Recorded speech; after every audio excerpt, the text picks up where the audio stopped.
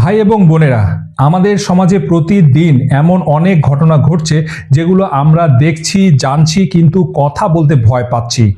আজকের ভিডিওতে আমি এমন একটি বিষয় নিয়ে কথা বলবো যা শুনতে সাধারণ মনে হলেও এটি একজন মেয়ের জীবন ধ্বংস করে দেওয়ার মতো অপরাধ।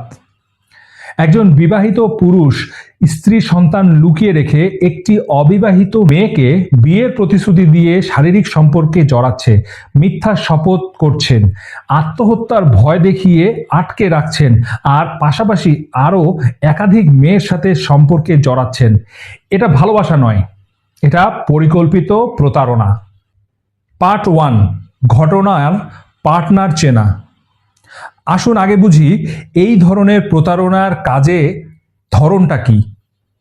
প্রথমত, তারা সত্য লুকিয়ে সম্পর্ক শুরু করে, বিবাহিত হওয়ার তথ্য গোপন রাখে। দ্বিতীয়ত, সত্য বেরিয়ে পড়লে মিথ্যা দিয়ে ঢাকার চেষ্টা করে, বউ আমার না, ভাইয়ের বউ, এই ধরনের হাস্যকর মিথ্যা বলে। মৃত বাবা মায়ের কসম খায়, যেন মিথ্যা শপথ করতে কোনো সংকোচই নেই। তৃতীয়ত, মেয়েটি সরে যেতে চাইলে আত্মহত্যার ভয় দেখায়। এটি একটি পরিচিত মনস্তাত্ত্বিক কৌশল, যাকে বলে ইমোশনাল ব্ল্যাকমেইল। চতুর্থত, একদিকে বউয়ের কাছ থেকে মামলার ভয়ে সংসার চালায়, অন্যদিকে একাধিক মেয়ের সাথে সম্পর্ক ধরে রাখে। এই পার্টনার চিনতে পারলে বেঁচে যাওয়া সহজ হয়। পার্ট 2, বাংলাদেশের আইনে কি বলে। এখন আসি সবচেয়ে গুরুত্বপূর্ণ অংশে। অনেকেই জানে না, বাংলাদেশের আইনে এই ধরনের অপরাধের বিরুদ্ধে সুস্পষ্ট আইনি সুরক্ষা আছে। নাম্বার 1, বিয়ের প্রতিশ্রুতি দিয়ে প্রতারণা, ধারা 415 এবং 420, দণ্ডবিধি 1860। বিয়ের মিথ্যা প্রতিশ্রুতি দিয়ে কাউকে শারীরিক সম্পর্কে প্রলুব্ধ করা বাংলাদেশের দণ্ডবিধি 415, 420 ধারা অনুযায়ী প্রতারণার অপরাধ। এই ধারার সর্বোচ্চ 7 বছরের কারাদণ্ড হতে পারে। নাম্বার 2, নারী ও শিশু নির্যাতন দমন আইন 2000 এবং 2020 সালের সংশোধনী। এই আইনের ধারা 9 অনুযায়ী যদি কোনো পুরুষ বিবাহের প্রতিশ্রুতি দিয়ে কোনো নারীর সাথে শারীরিক সম্পর্ক স্থাপন করে, পরে সেই প্রতিশ্রুতি ভঙ্গ করে, তাহলে এটি ধর্ষণের সমতুল্য অপরাধ হিসেবে গণ্য হতে পারে। এই অপরাধে যাবজ্জীবন কারাদণ্ড পর্যন্ত শাস্তির বিধান আছে।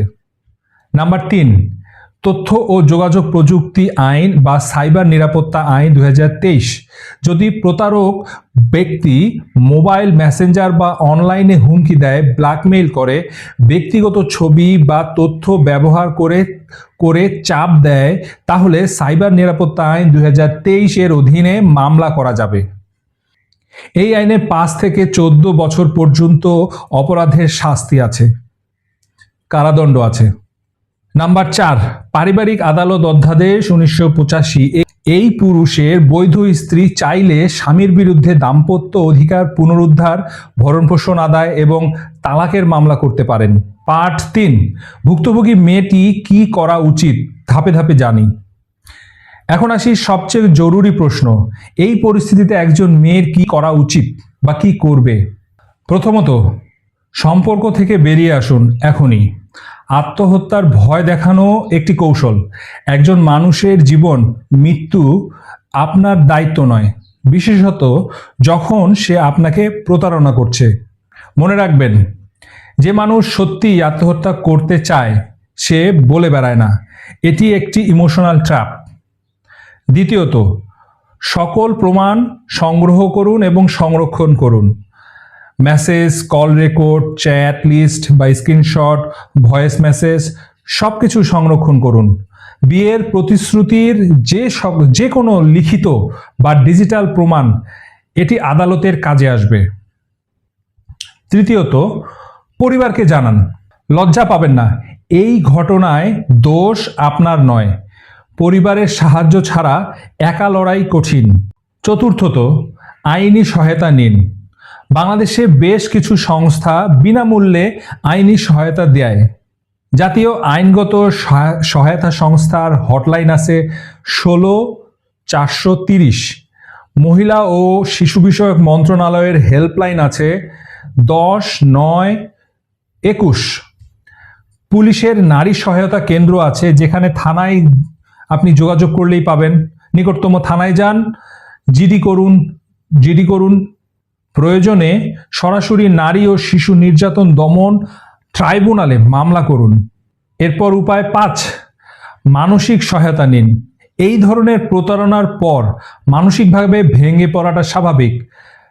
কান পেতে রই হেল্পলাইন নিতে পারেন, 0177955439 এখানে কল করতে পারেন। এবার আসি সমাজের উদ্দেশ্যে কিছু কথা। এখন একটু সমাজের দিকে তাকাই। যখন কোনো মেয়ে এই ধরনের প্রতারণার শিকার হয়, সমাজ প্রায়ই বলে মেয়েটার দোষ আছে, সে কেন বিশ্বাস করলো।